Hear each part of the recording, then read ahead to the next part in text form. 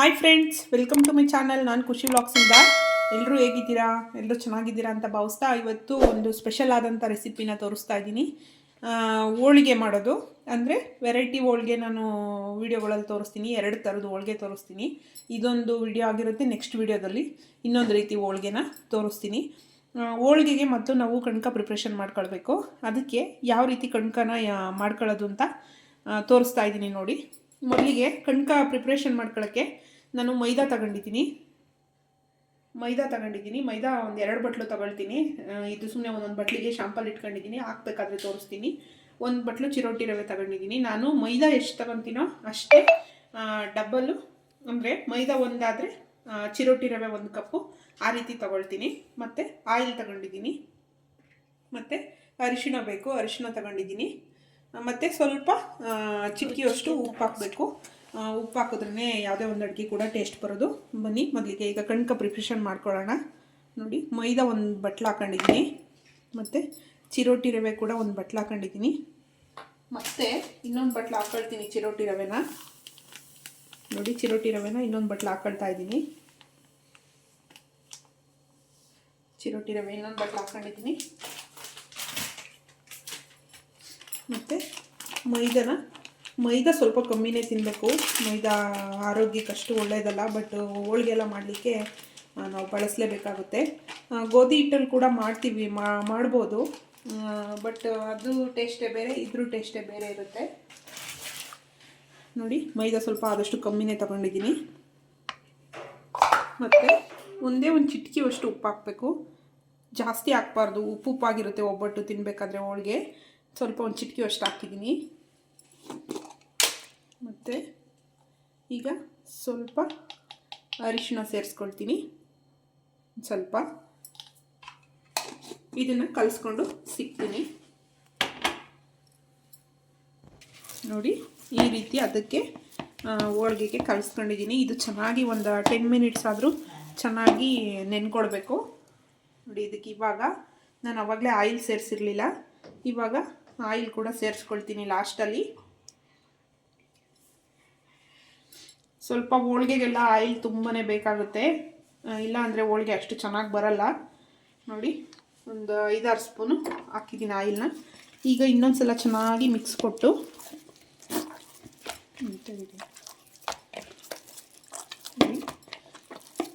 ತುಂಬ ಗಟ್ಟಿನೂ ಕಲಿಸ್ಕೋಬಾರ್ದು ಮತ್ತು ತುಂಬ ತೆಳುವಾಗೂ ಕಲಿಸ್ಕೋಬಾರ್ದು. ನಮಗೆ ಹೋಳಿಗೆ ಒಂದು ಅದಕ್ಕೆ ಬರಬೇಕು ಅಂತಂದರೆ ನೋಡ್ಕೊಂಡು ಕೇರ್ಫುಲ್ಲಾಗಿ ಕಲಿಸ್ಕೋಬೇಕು. ನೋಡಿ, ಈ ಥರ ಚೆನ್ನಾಗಿ ಹೀಗೆ ನಾದ್ಕೊಂಡು ಇದ್ರ ಮೇಲೆ ಆಯಿಲ್ ಹಾಕಿದ್ದೀನಲ್ಲ, ಇದು ನೆನ್ಕೊಳ್ಳಿ 1 ನಿಮಿಷ, ಒಂದು 5 ಮಿನಿಟ್ಸ್ ನೆನ್ಕೊಳ್ಳಿ. ನೆನ್ಕೊಂಡಾದ್ಮೇಲೆ ನಾನು ಈಗ ಇದಕ್ಕೆ ಹೂರಣ ಕೂಡ ಪ್ರಿಪ್ರೇಷನ್ ಮಾಡ್ಕೊಳ್ತೀನಿ.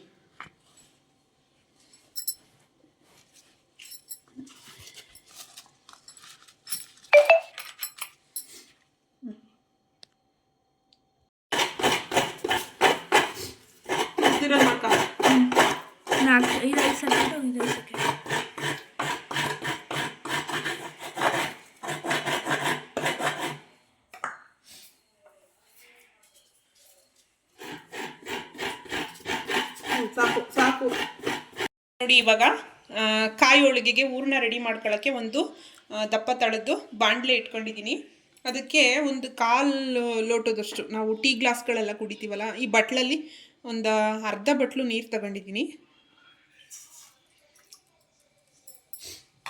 ಆಮೇಲೆ ಇದಕ್ಕೆ ನೋಡಿ ಒಂದು ಅರ್ಧ kg ಬೆಲ್ಲ ತಗೊಂಡಿದ್ದೀನಿ. ಇದನ್ನು ನೀರು ಹಾಕಿದ್ದೀನಲ್ವ, ಅದರೊಳಗಡೆ ಹಾಕಿದ್ದೀನಿ. ಅದು ಚೆನ್ನಾಗಿ ಕರಗಬೇಕು. ಕರಗ್ಬಿಟ್ಟು ಚೆನ್ನಾಗಿ ಪಾಕ ಬರಬೇಕು. ನಾನು ಕಾಯಿರೋ ಒಳಗೆ ಈ ರೀತಿಯೇ ಮಾಡೋದು.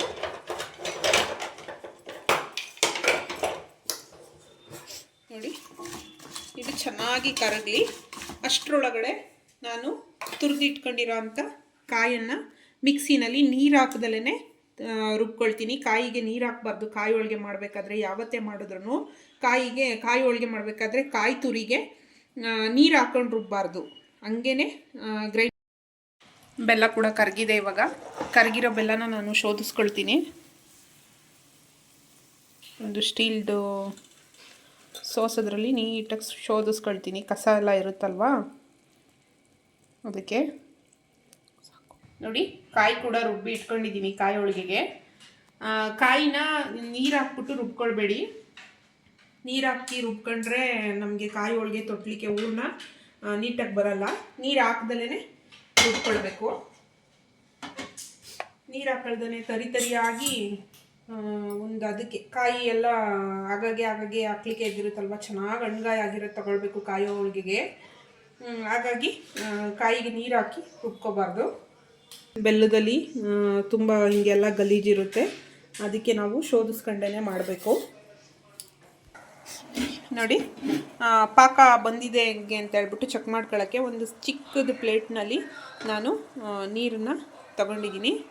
ಹಾಕೊಂಬಂದ್ರೊಳಗೆ ಇವಾಗ ನೋಡಿ ಅದನ್ನು ಸ್ವಲ್ಪ ಈ ರೀತಿ ಹಾಕಿ ನೋಡಿದಾಗ ನೋಡಿ ಈ ರೀತಿ ನೀರಲ್ಲಿ ಇಲ್ದಲೇ ಈ ಥರ ಆಗಬಾರ್ದು. ಸ್ವಲ್ಪ ಚೆನ್ನಾಗಿ ಪಾಕ ಬರಬೇಕು.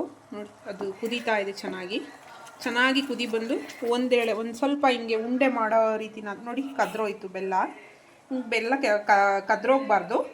ಚೆನ್ನಾಗಿ ಪಾಕ ಬರಲಿ.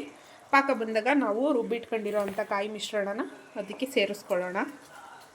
ನೋಡಿ ಇವಾಗ ಪಾಕ ಕೂಡ ನೋಡಿ ಯಾವ ರೀತಿ ಬರಬೇಕಂತ ತೋರಿಸ್ತೀನಿ. ನೋಡಿ ನೀರೊಳಗೆ ಹಿಂಗೆ ಹಾಕಿದ್ರೆ ಈ ಥರ ಕದ್ರದಂಗೆ ಹಂಗೆ ನಿಲ್ಲಬೇಕು, ಹಾಗಾದರೆ ಪಾಕ ಬಂದಿದೆ ಅಂತ. ನೋಡಿ ಹಿಂಗೆ ಬೆಟ್ಟಲ್ಲಿ ನಾವು ಉಂಡೆ ಮಾಡಿದ್ರೆ ಈ ರೀತಿ ತೀರಾ ಕಲ್ಲು ಥರ ಆಗಬಾರ್ದು. ಈಗ ಆಲ್ಮೋಸ್ಟು ಕರೆಕ್ಟ್ ಇದೆ ಇದು ಹೋಳಿಗೆಗೆ. ಈಗ ಇದನ್ನು ಪಕ್ಕಕ್ಕೆ ಇಟ್ಕೊಳ್ಳೋಣ. ಪಕ್ಕಕ್ಕೆ ಇಟ್ಕೊಂಡು ರುಬ್ಬಿದಂಥ ಕಾಯಿನ ನಾನು ಸೇರಿಸ್ಕೊಳ್ತಾ ಇದ್ದೀನಿ. ನಿಲ್ಸೊಂದು ನಿಮಿಷ. ನೋಡಿ ಇವಾಗ ಪಾಕದೊಳಗಡೆ ಚೆನ್ನಾಗಿ ಕಾಯಿನ ಹಿಂಗೆ ಮಿಕ್ಸ್ ಕೊಡಬೇಕು. ಒಂದ್ಸಲ ಟ್ರೈ ಮಾಡಿ ನೋಡಿ. ನಾನು ಈ ರೀತಿಯೇ ಮಾಡೋದು. ನಮ್ಮ ಮನೆಯಲ್ಲೆಲ್ಲ ತುಂಬ ಇಷ್ಟಪಡ್ತಾರೆ ಕಾಯಿ ಹೋಳಿಗೆನ. ನಮ್ಮ ಮನೆಯವ್ರಿಗಂತೂ ಫೇವ್ರೆಟ್ಟು. ಈಗ ನೋಡಿ ಇದು ಮಿಕ್ಸ್ ಕೊಡಬೇಕಾದ್ರೇ ನಾವು ಏಲಕ್ಕಿ ಪೌಡ್ರನ್ನ ಬೇಕಂದರೆ ನಾವು ಕಾಯಿ ಜೊತೆನೇ ಏಲಕ್ಕಿನ ಮಿಕ್ಸಿಗೆ ಹಾಕ್ಕೊಳ್ಬೋದು, ಮಿಕ್ಸಿನಲ್ಲಿ ಗ್ರೈಂಡ್ ಮಾಡ್ಕೊಳ್ಬೋದು. ಬಟ್ ನಾನು ಪೌಡರ್ ಮಾಡಿ ಇಟ್ಕೊಂಡಿದ್ದೀನಲ್ಲ ಅದನ್ನೇ ಸೇರಿಸ್ತಿದ್ದೀನಿ. ಸ್ವಲ್ಪ ಏಲಕ್ಕಿ ಪೌಡ್ರನ್ನ ಜಾಸ್ತಿನೇ ಹಾಕೊಳ್ಳಿ. ಕಾಯಿ ಹೋಳಿಗೆಗೆ ಅದೇ ಫ್ಲೇವರು ಚೆನ್ನಾಗಿರುತ್ತೆ, ಏಲಕ್ಕಿ ಪೌಡ್ರು ಜಾಸ್ತಿ ಹಾಕೊಂಡಷ್ಟು. ಈಗ ಮತ್ತೆ ಚೆನ್ನಾಗಿ ಮಿಕ್ಸ್ ಕೊಡೋಣ. ಚೆನ್ನಾಗಿ ಮಿಕ್ಸ್ ಕೊಟ್ಟು ಸ್ಟವ್ನ ಲೋ ಫ್ಲೇಮಲ್ಲೇ ಇಟ್ಕೊಂಬಿಟ್ಟು ಮಾಡಬೇಕು. ಇಲ್ಲಾಂದರೆ ಕಾಯಿ ಹಾಕಿದಾಗ ಬೇಗ ಆತ್ರವಾಗಿ ನಾವು ಮಾಡ್ಕೊತೀವಿ ಅಂತಂದರೆ ಕಾಯಿ ಹೋಳಿಗೆ ಆಗಲ್ಲ. ಸಣ್ಣ ಉರಿನಲ್ಲೇ ಇಟ್ಕೊಂಡು ಚೆನ್ನಾಗಿ ಹಿಂಗೆ ಪೇಷನ್ಸಿಂದ ಮಾಡಬೇಕು. ಜಾಸ್ತಿ ಉರಿ ಮಾಡ್ಕೊಂಡು ಹೋದರೆ ಗ್ಯಾರಂಟಿ ತಳ ಸೀದೋಗುತ್ತೆ. ಕಾಯಿ ಹೋಳಿಗೆ ಅಷ್ಟು ಸುಲಭಕ್ಕೆ ಬರಲ್ಲ. ನೋಡಿ ಈ ರೀತಿ ಚೆನ್ನಾಗಿ ಬೆಲ್ಲ ಎಲ್ಲ ಕಡೆ ಸೇರ್ಕೊಳ್ಳೋ ಥರ ನೋಡಿ ಕಾಯಿ ಹಂಗಂಗೆ ಕಾಣಿಸ್ತಿದೆ ಅಲ್ವಾ. ನೋಡಿ ನೋಡಿ ನೋಡಿ ನೋಡಿ ಚೆನ್ನಾಗಿ ಮಿಕ್ಸ್ ಕೊಟ್ಕೊಳ್ಳಿ. ಈ ರೀತಿ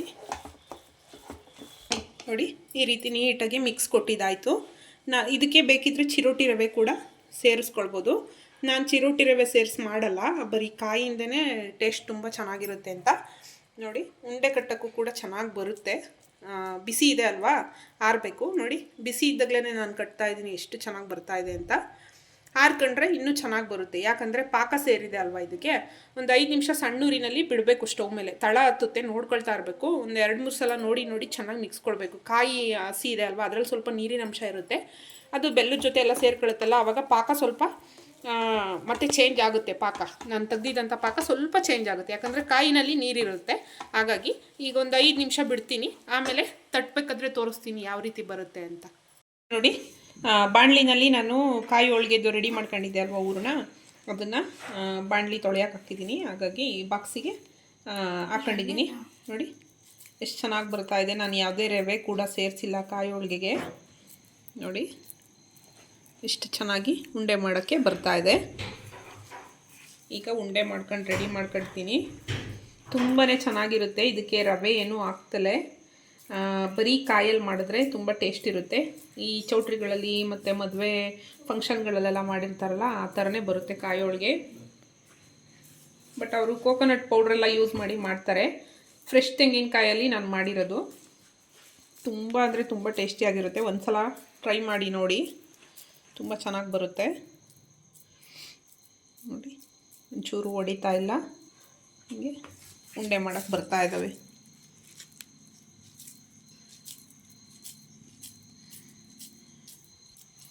ಇದನ್ನು ತೊಟ್ಟೋದನ್ನು ತೋರಿಸ್ತೀನಿ. ನೋಡಿ, ನಾನು ಮೊದಲೇ ಕಲಸಿಟ್ಟಿದ್ದೆ ಅಲ್ವಾ ಕಣ್ಕ. ನೋಡಿ, ಕಣ್ಕ ಈ ರೀತಿ ಸಾಫ್ಟಾಗಿದೆ. ಈಗ ಇದನ್ನು ತಗೊಳ್ತೀನಿ ಕಾಯಿ ಹೋಳಿಗೆ ತುಟ್ಲಿಕ್ಕೆ. ಇಷ್ಟಾದರೆ ಸಾಕಾಗುತ್ತೆ. ಈಗ ಸ್ವಲ್ಪ ನಾನು ಹಿಂಗೆ ಎಲೆ ಮೇಲೆ ಕೂಡ ಹಾಕ್ಕೊಳ್ಬೋದು, ಬಟ್ ನಾನು ಹಿಂಗೆ ಕೈಯಲ್ಲಿ ಹಾಕ್ಕೊಳ್ತೀನಿ. ಕೈಯಲ್ಲಿ ಈ ರೀತಿ ಮಾಡ್ಕೊಂಡು ಸ್ಪ್ರೆಡ್ ಮಾಡ್ತೀನಿ. ಸ್ಪ್ರೆಡ್ ಮಾಡಿ ಈಗ ಇದಕ್ಕೆ ಕಾಯಿ ಹೂರಣ ಇಟ್ಟು ಕ್ಲೋಸ್ ಮಾಡ್ಕೊಳ್ತೀನಿ.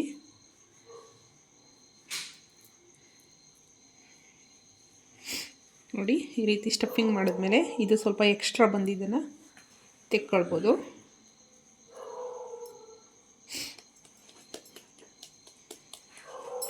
ನೋಡಿ, ಬಾಳೆ ಎಲೆ ಕೂಡ ನಾನು ಪ್ಲೇಟ್ ಹಾಕ್ಬಿಟ್ಟು ನೀಟಾಗಿ ಕಟ್ ಮಾಡ್ಕೊಂಡು ಇಟ್ಕೊಂಡಿದ್ದೆ ರೌಂಡ್ ಶೇಪಿಗೆ. ಎಷ್ಟು ಚೆನ್ನಾಗಿ ಇದು ಕಾಣ್ತಾ ಇದ್ದಾವೆ ನೋಡಿ. ಈ ರೀತಿ ಕಟ್ ಮಾಡಿ ಇಟ್ಕೊಂಡಿದ್ದೀನಿ ಒಬ್ಬಟ್ಟು ತೊಟ್ಟಲಿಕ್ಕೆ ಅಂತ. ನೋಡಿ, ಇವಾಗ ಹೆಂಚು ಕೂಡ ಇಟ್ಕೊಂಡಿದ್ದೀನಿ ಸ್ಟವ್ ಮೇಲೆ.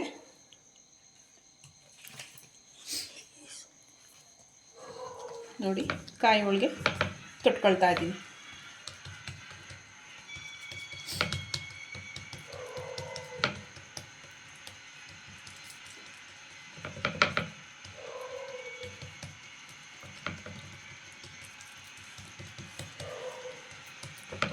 ನಮಗೆ ಎಷ್ಟು ಅಗಲ ಬೇಕೋ ಅಷ್ಟು ಅಗಲ ತೊಟ್ಕೊಳ್ಬೋದು. ತುಂಬ ಚೆನ್ನಾಗಿ ಬರ್ತವೆ ತೊಟ್ಲಿಕ್ಕೂ ಕೂಡ.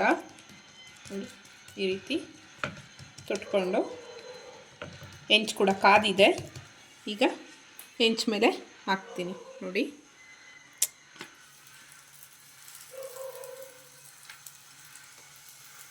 ಸಣ್ಣ ಉರಿನಲ್ಲಿ ಬೇಯಿಸ್ಕೋಬೇಕು.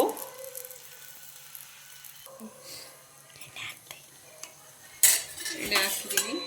ಇವಾಗ ಈ ಸೈಡ್ ಕೂಡ ಬೇಯಿಸ್ಕೊಳ್ಳೋಣ. ಇನ್ನೊಂದು ತೊಟ್ಕೊಳ್ತಾ ಇದ್ದೀನಿ ಈ ಕಡೆ. ನೋಡಿ, ಎಷ್ಟು ನೀಟಾಗಿ ಬರ್ತಾ ಇದೆ ತಟ್ಟಕ್ಕೆ.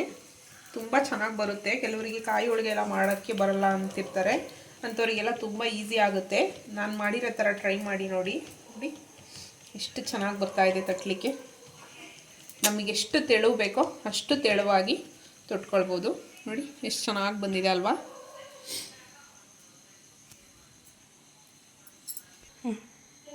ಒಂದು ಹೋಳಿಗೆ ರೆಡಿ ಆಯಿತು. ನೋಡಿ, ಎಷ್ಟು ಚೆನ್ನಾಗಿ ಉಬ್ಬಿ ಉಬ್ಬಿ ಬರ್ತಾ ಇದೆ. ಮತ್ತು ಇನ್ನೊಂದು ಹಾಕ್ತೀನಿ. ಇವಾಗ ಇನ್ನೊಂದು ಹಾಕ್ತಾ ಇದ್ದೀನಿ.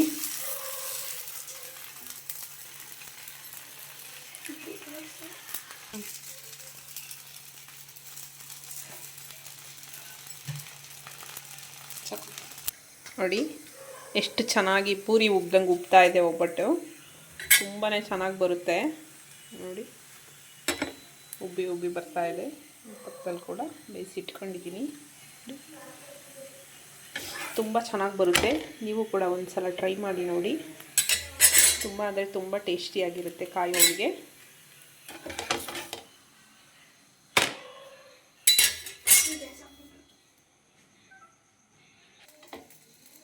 ನೋಡಿ, ಬಿಸಿ ಬಿಸಿ ಕಾಯಿ ಹೋಳಿಗೆ ರೆಡಿ ಆಯಿತು. ತುಂಬ ಚೆನ್ನಾಗಿ ಬಂದಿದೆ. ನಮ್ಮ ಮನೆಯವ್ರಿಗೆ ಕೊಡೋಣ ಟೇಸ್ಟ್ ಮಾಡೋಕ್ಕೆ. ಹೇಗಿದೆ ಅಂತ ಅವರು ಟೇಸ್ಟ್ ಮಾಡಿ ಹೇಳ್ತಾರೆ, ತೋರಿಸ್ತೀನಿ. ನೋಡಿ, ಈ ಮಕ್ಕಳು ಏನಾದರೂ ಮಾಡಬೇಕು ಅಂತ ಅಂದಾಗ ಎಷ್ಟು ಆಸೆ ಮಾಡ್ತಾರೆ. ನನ್ನ ಚಿಕ್ಕ ಮಗಳು ನಿಂತ್ಕೊಂಡು ಅವಳೇ ತೊಟ್ಬಿಟ್ಟು ಎಲ್ಲ ಕಿತ್ತಾಕೊಂಡು ಹೇಳ್ತಾ ಇದ್ದಾಳೆ ನನಗೆ, ನಾನು ತೋರಿಸ್ತೀನಿ ನಾನು ತಟ್ತೀನಿ ಅಂತ. ನೋಡಿ, ಎಲ್ಲ ಕಿತ್ತಾಕಿದ್ದಾಳೆ. ನೋಡಿ, ಇವಾಗ ಒಬ್ಬಟ್ಟನ್ನ ತಗೊಂಡೋಗಿ ಕೊಡ್ತೀನಿ ನಮ್ಮ ಮನೆಯವರಿಗೆ. ಯಾವ ರೀತಿ ಇದೆ ಅಂತ ಹೇಳ್ತಾರೆ ನೋಡಿ. ಹಿಂಗೆ ಇಲ್ಲಿ ಕೂತಿದ್ದಾರೆ. ಕಾಯಿ ಹೋಳಿಗೆ, ಸ್ಪೆಷಲ್ ಹೋಳಿಗೆ, ನಿನ್ನ ಫೇವ್ರೆಟ್ ಹೋಳಿಗೆ. ನೋಡಿ, ನನ್ನ ಮಗಳು ತಗೊಂಬಂದ ಪುಟಾಣಿ ಹೋಳಿಗೆ. ನೋಡಿ ಹೆಂಗೆ ತೊಟ್ಟಿದ್ದಾಳೆ ಪುಟಾಣಿ ಹೋಳಿಗೆ.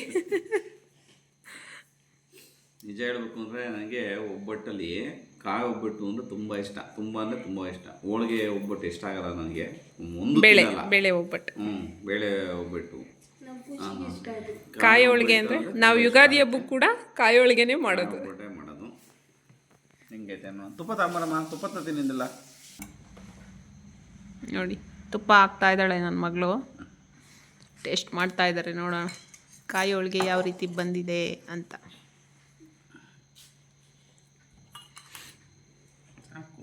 ಸಾಕು, ಅವಳದು ಟೇಸ್ಟ್ ಮಾಡಬೇಕು ಅವರಪ್ಪ. ಸಕತ್ತಾಯ್ತಾ? ತುಂಬ ಚೆನ್ನಾಗಿದೆ. ನೋಡಿದ್ರಲ್ಲ ಫ್ರೆಂಡ್ಸ್, ಕಾಯಿ ಒಬ್ಬಟ್ಟು ಯಾವ ರೀತಿ ಮಾಡೋದು ಅಂತ ವಿಡಿಯೋದಲ್ಲಿ. ಹಾಂ ನೋಡಿ, ಖುಷಿ ತಟ್ಟಿರೋದು. ಒಂದು ಕಿತ್ತಾಕ್ ಬಂದವಳಲ್ಲಿ ಒಂದನ್ನು ರೆಡಿ ಮಾಡ್ಕೊಂಡು ತಗೊಂಬಂದವಳೆ.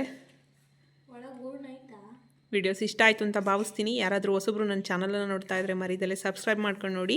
ಬೆಲ್ಲೈಕನ್ ಮೇಲೆ ಕ್ಲಿಕ್ ಮಾಡಿ ಆಲನ್ನು ಆಪ್ಷನನ್ನು ಸೆಲೆಕ್ಷನ್ ಮಾಡ್ಕೊಳ್ಳಿ. ನಾನು ಹಾಕೋ ವಿಡಿಯೋ ನೋಟಿಫಿಕೇಷನ್ ಮೊದಲು ನಿಮ್ಮ ಫೋನಿಗೆ ಬರುತ್ತೆ. ವಿಡಿಯೋಸ್ ಇಷ್ಟ ಆಯಿತು ಅಂತ ಭಾವಿಸ್ತೀನಿ. ವಿಡಿಯೋಸ್ ಇಷ್ಟ ಆಯಿತು ಅಂದರೆ ಒಂದು ಲೈಕ್ ಕೊಡಿ, ಕಮೆಂಟ್ ಮಾಡಿ ಕಮೆಂಟ್ ಸೆಕ್ಷನಲ್ಲಿ. ನೋಡಿ, ನಾನು ಮಾತಾಡ್ತಾ ಇದ್ದರೆ ನನಗೆ ಒಬ್ಬಟ್ಟು ತಂದು ಬಾಯಲ್ಲಿ ಇಡ್ತಾ ಇದ್ದಾಳೆ ನನ್ನ ಚಿಕ್ಕ ಮಗಳು.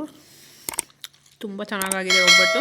ನೀವು ಕೂಡ ಟ್ರೈ ಮಾಡಿ ನೋಡಿ ಹೇಗೆ ಬಂತು ಅಂತ ಮರಿದಲ್ಲೇ ಕಮೆಂಟ್ ಸೆಕ್ಷನಲ್ಲಿ ಕಮೆಂಟ್ ಮಾಡಿ ತಿಳಿಸಿ. ನೆಕ್ಸ್ಟ್ ವಿಡಿಯೋದಲ್ಲಿ ಸಿಗ್ತೀನಿ. ಬಾಯ್ ಎಲ್ಲರಿಗೂ.